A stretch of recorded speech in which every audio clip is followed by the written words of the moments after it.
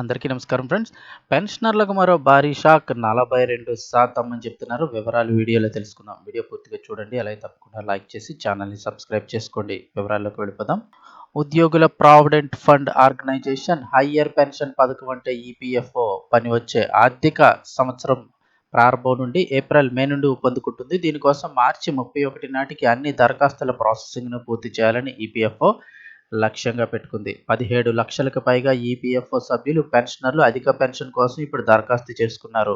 ఇందులో 42%కి షాక్ ఇచ్చింది ఈపీఎఫ్ఓ. అసలు ఏం జరిగింది అని చూస్తే ఎంప్లాయీస్ ప్రావిడెంట్ ఫండ్ ఆర్గనైజేషన్ ఈపీఎఫ్ఓలో హయ్యర్ పెన్షన్ స్కీమ్ను అమలు చేయడానికి ఇచ్చిన దరఖాస్తు అమలు ప్రక్రియ ఈ సంవత్సరం మార్చి చివరి నాటికైతే పూర్తవుతుంది. అంటే ఈ నెలాఖరికైతే పూర్తవడం జరుగుతుంది.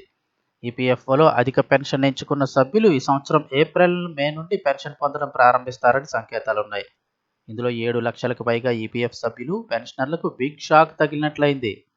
ఏం జరిగింది అని చూస్తే ఉద్యోగుల భవిష్య నిధి సంస్థ ఈపీఎఫ్ఓ ప్రకారం వారి జీతానికి అనుగుణంగా అధిక పీఎఫ్ కోరుకునే 17.49 లక్షల మంది దరఖాస్తుల్లో ఆల్మోస్ట్ 7.35 లక్షల మంది పెన్షన్ పొందేందుకు అనర్హులని తేల్చింది. ఉన్నత పీఎఫ్ పెన్షన్పై సుప్రీంకోర్టు తీర్పు ఇచ్చి 2 సంవత్సరాలు గడిచినా ఇప్పటి వరకు 24,006 మందికి మాత్రమే సవరించిన పెన్షన్ లభించింది. ఇక అదే సమయంలో 2.14 లక్షల దరఖాస్తులను ఇప్పటికే ఈపీఎఫ్ఓ సమీక్షిస్తోంది. అయితే 2.24 లక్షల దరఖాస్తులను యజమానులు ఇంకా ఏజెన్సీకి పంపలేదు. ఈపీఎఫ్ఓ అసంపూర్ణ వివరాల కారణంగా 3.92 లక్షల దరఖాస్తులను యజమానులకు తిరిగి పంపించింది. ఇక అదనపు చెల్లింపు కోసం 2.19 లక్షల దరఖాస్తులకు దరఖాస్తుదారులందరికీ డిమాండ్ లెటర్లు జారీ చేసింది. సమయం చూస్తే ఎక్కువ లేదు. ఇక జాయింట్ ఆప్షన్ స్కీమ్ దరఖాస్తులను క్లియర్ చేయడంలో కేరళ కూడా వెనుకబడి ఉంది. రాష్ట్రంలో ఇప్పటి వరకు 27.35% దరఖాస్తులు మాత్రమే ప్రాసెస్ చేశారు.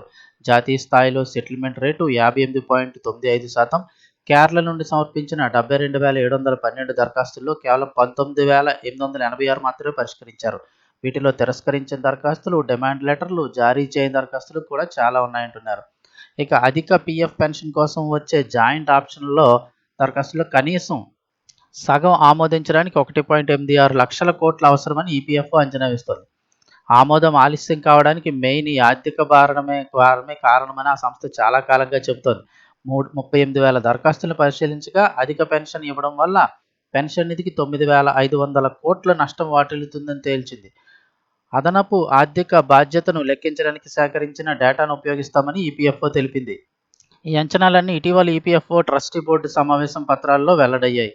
ఇక ఈపీఎఫ్ఓ హయ్యర్ పెన్షన్ పథకం 4 నవంబర్ 2022 నాటి సుప్రీంకోర్టు తీర్పుకు అనుగుణంగా అమలవుతోంది. దీని కింద మొదట దరఖాస్తు చేసుకున్న వారికి పెన్షన్ లభిస్తోంది. కానీ దీని తర్వాత ఈపీఎఫ్ఓలో ఆసక్తి గల సభ్యులందరికీ అధిక పెన్షన్ ఎంపిక ఇవ్వాలని కోరిన దరఖాస్తు కేసులు అనేక సమస్యల కారణంగా ఇంకా పూర్తిగా అమలు కాలేదు.